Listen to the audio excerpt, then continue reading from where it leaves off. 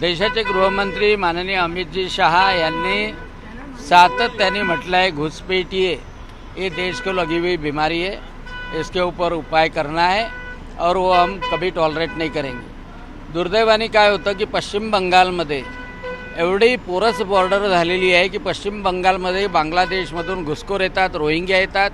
त्यांना तिथे आसरा मिळतो, संरक्षण मिळते आणि तिथनंच मग पूर्ण रिंग सुरू होऊन जाते आणि ती रिंग संपूर्ण देशामध्ये पसरते। हा एक सामूहिक प्रयत्न आहे त्यांचा, ही सामूहिक गुन्हेगारी आहे आणि त्यांना राहायला जागा मिळते, पाणी मिळतं, इलेक्ट्रिसिटी मिळते आणि स्थानिक स्वराज्य संस्थांमध्ये जे नेतृत्व असतं त्यांनी जर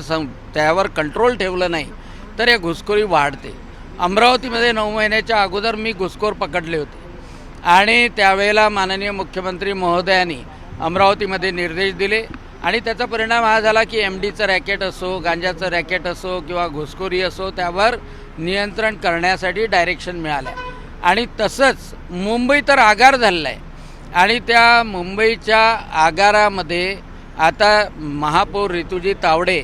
यांनी जो आदेश काढले निश्चितपणे मी स्वागत करतो आणि सगळे भारतीय जनता पक्षाचे जे महापौर आहेत ते निश्चितपणे त्याला फॉलो करतील